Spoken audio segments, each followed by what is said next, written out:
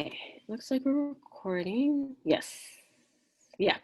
Okay, and excuse the inky darkness behind me. I'm recording this as the sun setting because the city has been jackhammering outside my apartment all day, so I cannot record during the day.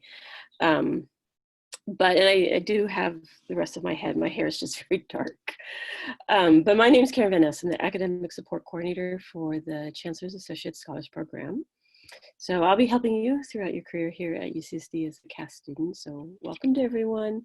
And what I'm going to be talking about right now is connecting with faculty at UCSD. So let me go forward. Okay. So overview, I'm going to talk a little bit about connecting with faculty for remote learning, talk a little bit about in-class, office hours, internships and research, and general tips.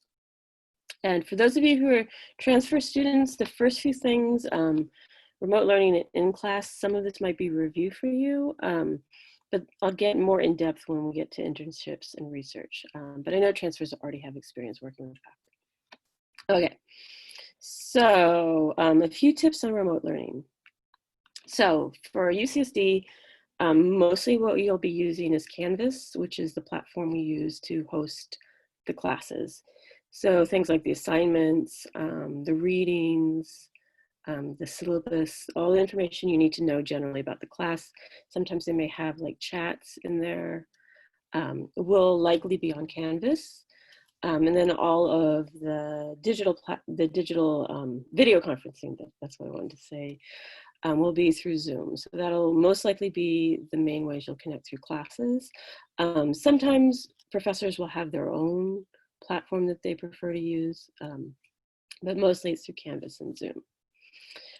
So some ways to connect with folks when you're not physically in the room. One is to turn on your camera if it's at all possible and if you feel comfortable. If you feel really, really, really uncomfortable, it gives you a lot of anxiety, then it's fine to not turn on your camera. But I will say, if you're in a large class and only 5 people have their cameras on, your professor will definitely remember you and probably have a positive impression on you.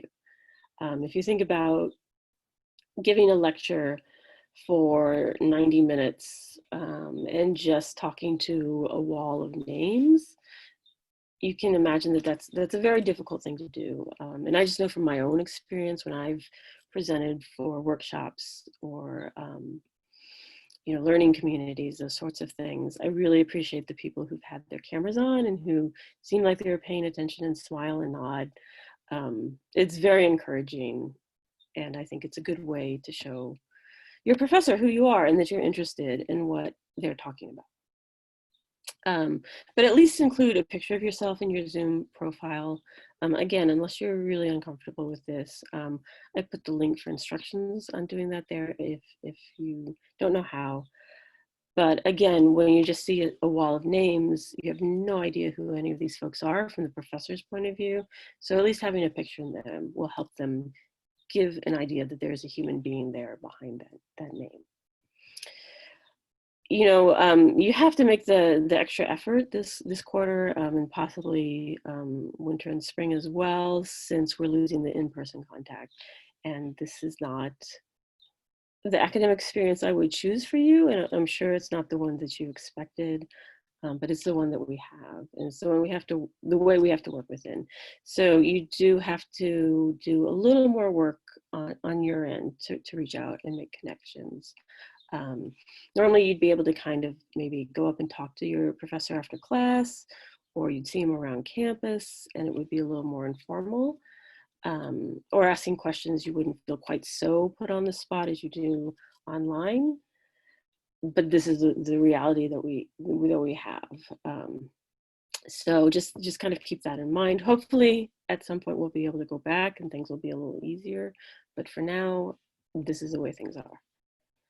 So other ways, you can use the chat and the Q&A feature. So try to use those if they're available. Just the more you participate in class, the more questions you ask, the more you show you're interested and engaged, the better the impression your professor will have of you.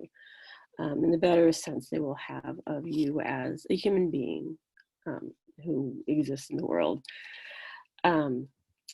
For those of you who have to primarily connect through phones, so your internet service isn't too reliable, or for whatever other reason you can't log on all the time, let your professor know. Say, this is how I'm connecting, just wanted to give you a heads up, so that they understand what's going on, and hopefully they'll find a way of working with you so that you can get your work done.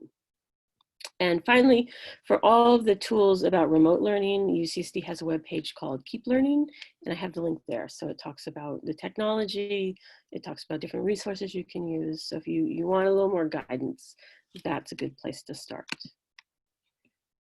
All right, so in class, what to do in class. So you want to be on time. And as I said, we're not in person, so we don't have as much casual connection.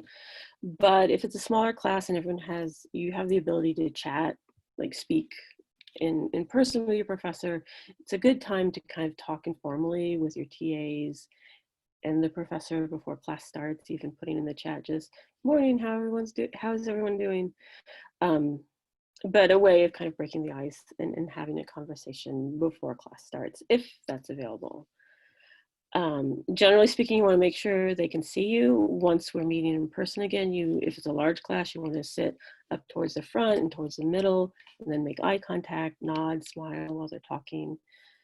So you kind of signal that you're interested in what they're saying. And again, if we're remote, try to turn on your camera, or at least have your photo on your Zoom name page. You want to look like you're paying attention. So again, if you're on Zoom, look like you're listening, making notes. Again, it's very demoralizing to speak to a group of people and have just names, like blank names, or have folks who clearly are looking at their phones, right? Like no one wants to go through that. So when you have your camera on, try to look like you're paying attention. Even if you're not looking at the camera, look like you're taking notes. Will help. Try to come up with one thing to say in class, even if it's just a question, even if it's a very simple question. If the professor says any questions and you have a question, ask your question. I know a lot of times we feel put on the spot at that moment, but generally speaking, if you have a question, probably half the class has the same question. But again, the more you participate in class, the better it is for you to connect with your professor. And again, you just have to get over the general uncomfortableness of the remote learning and speaking up, kind of when you feel more on the spot than maybe you might feel in an in-person classroom. Classes do have a different vibe, so there may be classes where participation is not encouraged, so you can kind of fill it out, but in general, class participation goes a long way to making a good impression with a faculty member and kind of laying the foundation for forming a connection with them. And kind of on a side note, if something comes up that means you'll miss class or assignments, communicate with your professor, let them know what's going on. Most professors will be understanding if you stay in touch. And if something really goes sideways, you can let your dean of students of your college know, and they can help with emergencies. If you get very sick or your apartment's flooded and you have to move out for a little bit, the dean of students at the college is a good person to work with, and they can help you contact your professors. Okay, office hours. So first, what are office hours? So a professor has scheduled hours that they're in their office to meet with students in their classes. So office hours literally means these are the hours a professor is in their office. Now, obviously, this is going to be virtual for the fall, at least. And I would imagine for the winter and spring as well. So they'll probably have a Zoom link for their office hours, where they'll just be available. But professors may do this differently, but it should be, excuse me, explained on the syllabus. So why would you go to office hours? To get help in the class, go over an assignment or exam, to learn more about a subject that interests you, to find a mentor, learn more about a field that interests you, and to get a letter of recommendation. So most folks just go in for the first two reasons, but you can go for any of these reasons, right? And it's a really good chance to kind of start to form a connection with the professor, get to talk to them one-on-one, and you don't have to necessarily ask them about an assignment or a question specifically about the class. You can ask them about their field, you can ask them about their own journey. Normally they're very happy to talk about these things with you. So how to go to office hours. So all teaching faculty are required to have a certain number of office hours based on the units they're teaching. So it's part of the professor's job to talk to you. So don't be shy about going to office hours. They're paid to do that. They are required to do this. So they have to talk to you. It's part of their job. So the location, time, Zoom, or whatever platform they're using should be on the syllabus, should be on the department website. If you go on your faculty, it should have their office hours, and it should be on Canvas. And office hours before tests, papers are due, usually get very busy. So try to go earlier in the quarter than right at the end, because those tend to get backed up. All right, other things you can do when you go to office hours. So prepare your questions beforehand. It's perfectly fine to have a list of questions written down. I would say it's actually common for students to go in, even graduate students to go in with a list of questions prepared. So don't feel weird about that at all, to have something with you to make you feel a little better maybe.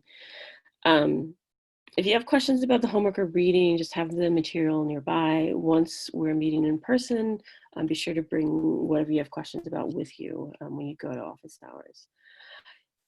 If you want to learn about more about the material in general, you can talk about what interests you in the course. So you think you want to be a professor of anthropology, but you want to learn more about anthropology. This is a good time to ask those kinds of questions. You can ask the professor about their own journey.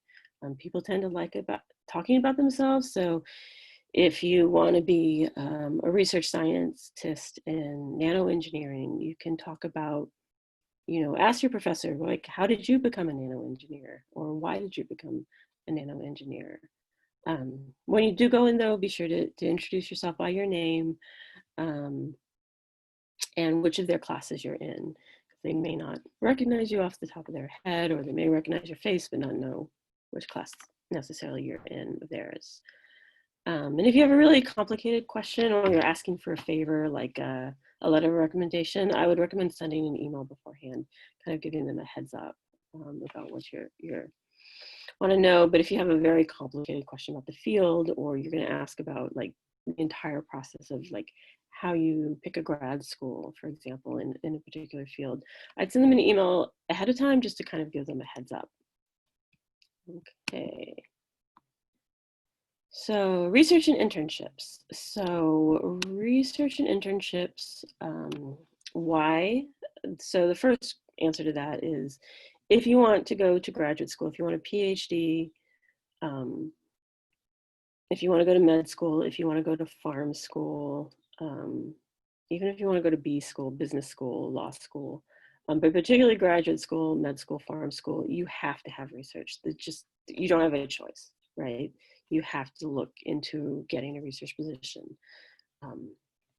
to apply to these schools. The other thing is you can actually have an effect on the world. So say, even if you're just like pipetting for a biolab, maybe that biolab discovers the cure to the coronavirus. You can say, well, I had a small part in like curing or creating the vaccine for the coronavirus. So a lot of what we do as undergrads is to work on ourselves and work on our own knowledge. But research is one of those times where you can reach out and have an effect on the world outside of the university and outside of yourself. So it's also a very rewarding thing to do. You also can find out what you really are good at and maybe what you hate. I've known more than one student who wanted to go into become a doctor.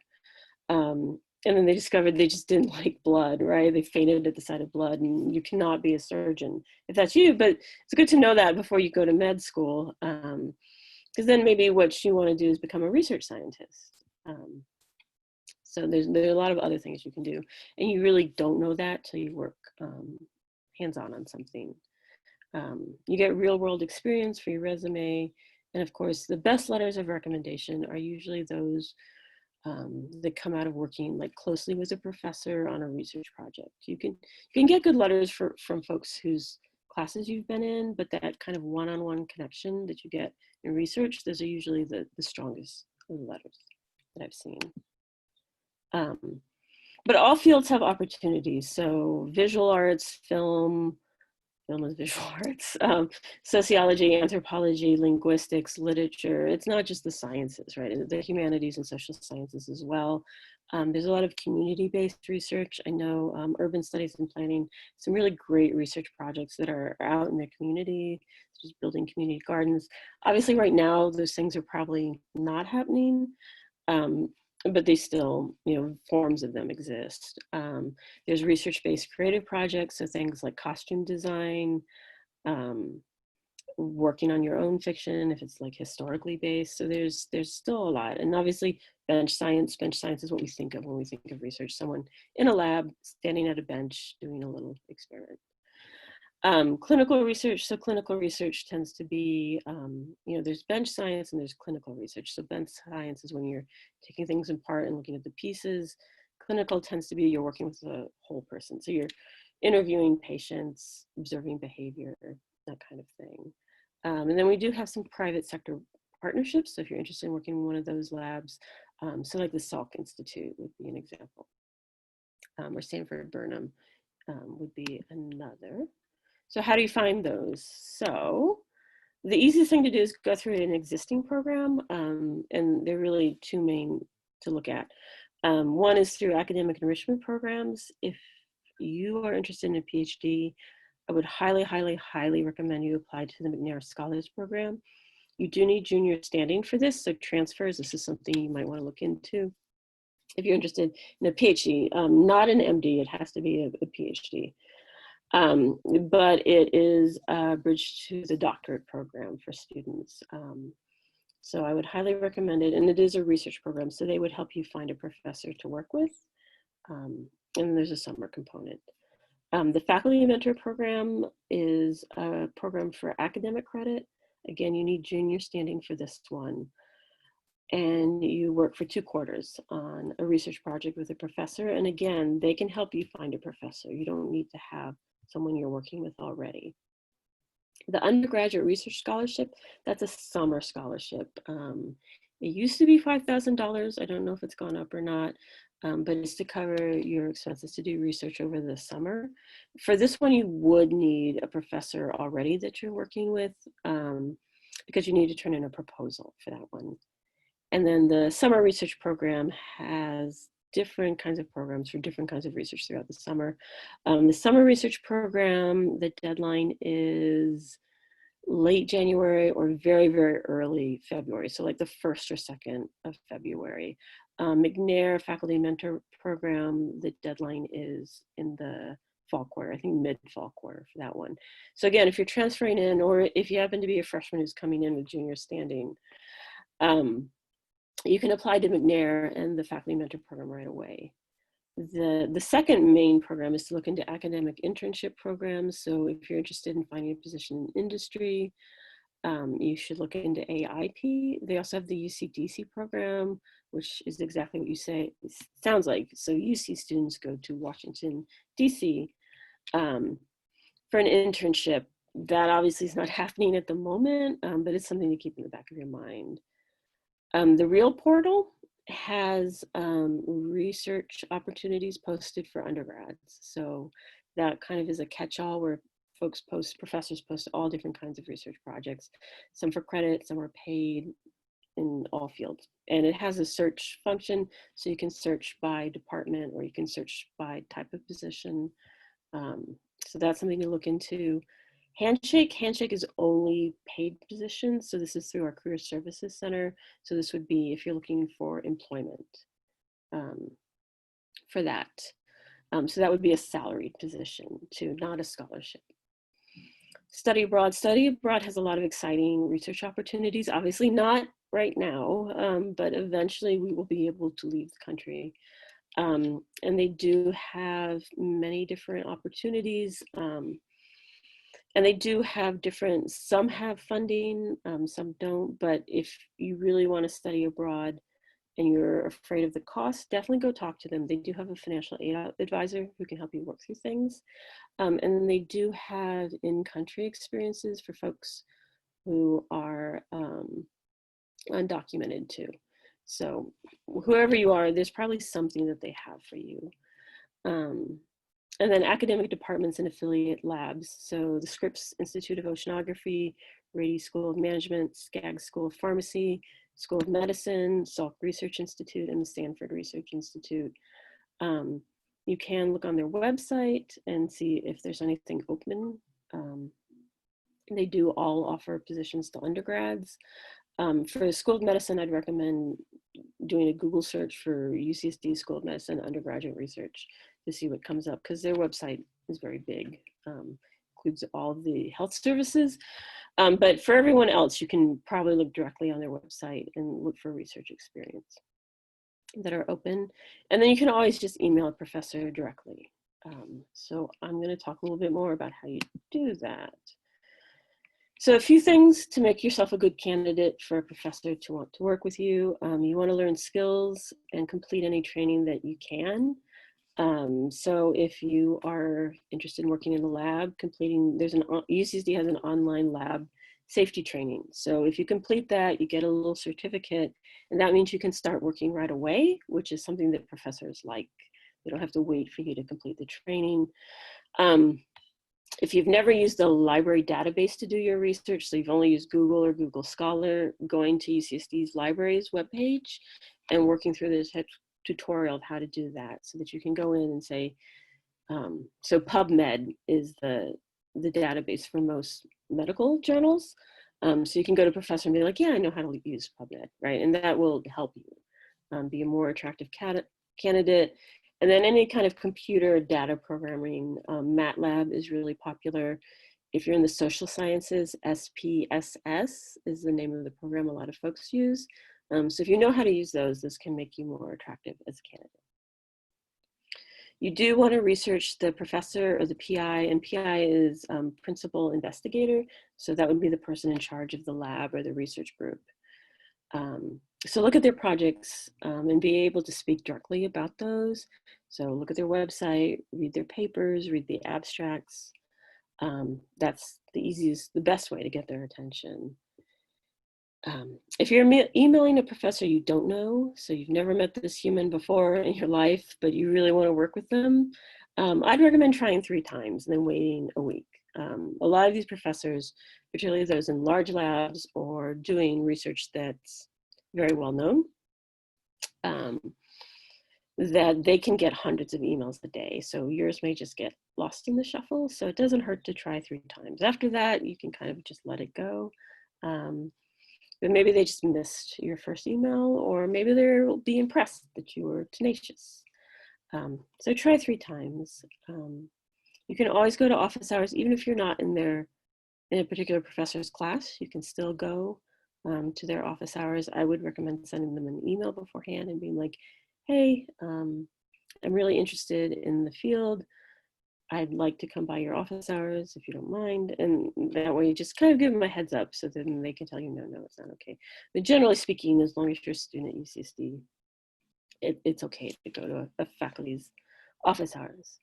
And then finally, I don't think you would do this personally, but when I worked I used to work at academic enrichment programs before I worked for CASP, and we would get a number of applications where the student maybe, how can I say, put an overly optimistic vision of their GPA on their application. And the faculty would be like, absolutely not, when they saw that the GPA on their record did not match what they put on their application. So don't kind of fluff up your qualifications in this case. Just be honest. And if your GPA is a little bit lower, well, hopefully the rest of your application is strong, right? But it never hurts to apply. The more experience you get, the better. But just be honest on your application.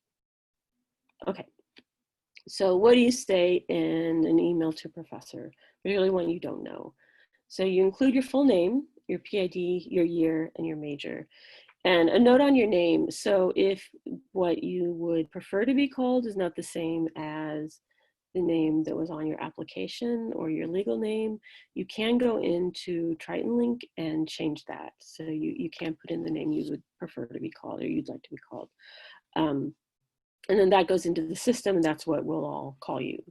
So if you're not sure how to do this, just send me an email and I can walk you through the process. It's pretty easy. You want to use professional business letter format. So that means single spaced and then a space between paragraphs. So you write a paragraph, space, write another paragraph, and you don't indent at the beginning of the paragraph. You just start with the left margin justified. The thing you really want to talk about is why you want the position. So just be as specific as possible. So as I mentioned before, you should look at the papers the professor's written. If they have a website, read through the website. Just be as specific as possible about what about that specific professor's work you are interested in, what interests you, right? It's hard to become a professor. You have to work for years and years and years, go to grad school, go to med school, work probably for years as an adjunct until you finally get tenure. So it's a very hard process. So to make it through that, you have to really be passionate about the work. So that's how you'll connect with professors, by keying into that passion, right? Plus it's flattering that people like what you do or are interested in what you do. So really focus on that. And the more knowledgeable you are about a professor's work or a particular lab or research group's work is, the better your application will be. If you have relevant experience or skills, please include that.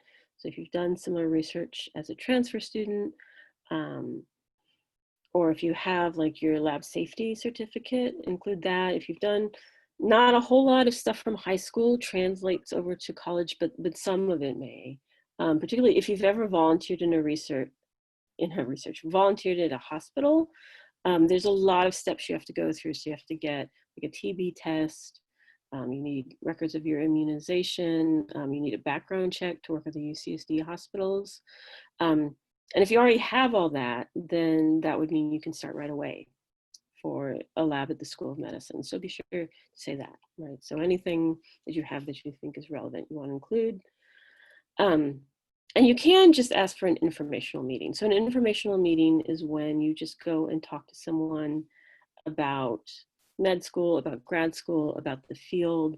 It's exactly what it sounds like. And it's something that you can particularly do when you're a student that's harder to do after you graduate. But you can just say, you know, I would like an informational meeting to learn more about the field of linguistics and what it's like to work as a professor, that kind of thing. It's perfectly okay to write and ask for that as well. And then use Times New Roman font, 12 or 11 point font. A lot of people don't care, but it's better just not to risk it. And then include your contact information, your signature, including your cell phone number. And then just remember that you did that and be somewhat professional the next couple of weeks when you answer your cell phone. Okay, more details about research on campus. So for a lot of research on campus, you can get academic credit. It does require departmental approval, and the departments do have different deadlines and sometimes different rules. Biology in particular is very strict, and it's very early when you need to turn in the application. And the courses may count towards your major requirements, and those are you in 6. A lot of times research will cover your practicum requirement, but in all these cases, just ask the department advising. The way you contact a department advisor is through the VAC. So you should be able to send a message, and then they should be in the list of folks in the drop-down menu after you choose ask a question. Okay. If you get a paid position, a salaried position, or even a position that's covered by a scholarship, usually you cannot get academic credit. There are a few exceptions, but generally speaking, you have to choose if you want a paid position or you want a position for academic credit. Best time to look is late spring, as folks are leaving at the end of the school year, and then before fall, so before folks start coming back in the fall. Research in bio and medicine, engineering, and math. It's hard to find a position, but the important thing is not to give up. You just have to keep at it, be persistent. You will find a position eventually. So you're just gonna have to work kind of hard at it. And then if you're a transfer student, you need to start looking now for a position. So particularly in the hard sciences, it can take a long time to train someone. So a lot of labs won't take seniors because by the time they train you, you're graduating. So, you know, I know as a transfer student, you probably, particularly with everything going on at the moment, you want to come in, look around, kind of figure out your place, and then start looking for things like research. But I would advise trying to look like now, right? Particularly if it's in a lab or anything that requires extensive training, because a lot of times they just unfortunately won't take seniors. Okay, and then finally some general tips. So when you're contacting a professor, always refer to them by doctor or professor and their last name. Include your full name and PID in your signature, at least until the professor knows who you are. You want to use complete sentences and proper grammar. Don't use emojis or texting language like lol unless the professor uses them. And then you can kind of mirror back their language. So the professor kind of sets the tone, right? If they're more informal, you can be a little more informal. Just don't be more informal than they are, right? So they kind of set the level of how like familiar or casual you are in the conversation. Some professors will be super casual. Some will be extraordinarily formal. So just kind of mirror back their language. UCSD is huge. There are 35,000 of you students at UCSD. So you do have to work a little bit at taking the initiative and getting to know your professors. One day quarantine will end and then you can look into the Dine with a Prof. So Dine with a Prof, you get a certificate to take a professor out to lunch or to coffee on campus. It's a really good way to get to know folks one-on-one. If you're very shy, you can ask a friend to join you, right? So you and a friend maybe could take your chemistry professor out to lunch, or just out for a coffee if you want to be a little more chill. Department events are good places to meet faculty. Those are going to be obviously limited at the moment, but there may be online forums that folks are having or discussion groups or workshops. So be sure to look in your email for those. And speaking of your email, be sure to regularly check your spam and make sure to read all of your messages from UCSD. UCSD spam filter is incredibly aggressive, and I've had stuff quarantined that I kind of needed. So you'll get an email saying, here's what's been quarantined. So be sure to just kind of check through that email and see what's been quarantined. Don't just automatically delete it, because occasionally it may catch something that you wanted to know about, right? So just kind of keep that in the back of your head, but be sure to read, especially now, all official communication at UCSD will go to your UCSD email.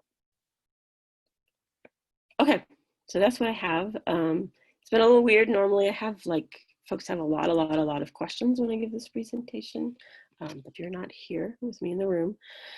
So if you do have questions, please contact me. I'll be more than happy to talk to you about anything, or like you want to send an email to professor, but you're not sure what to say or you're a little shy, you can email me and say, hey, Karen, can you look this over to make sure it's okay? I'd be more than happy to do that. And just anyway, you know, as I said earlier, this isn't the college experience that you probably wanted, and it's certainly not what I would want for you, but it is what we have. So anything I can do to make that a little better for you, please let me know, and I'll do whatever I can. All right, so I hope to hear from you soon. I really hope at some point I'll be able to see you.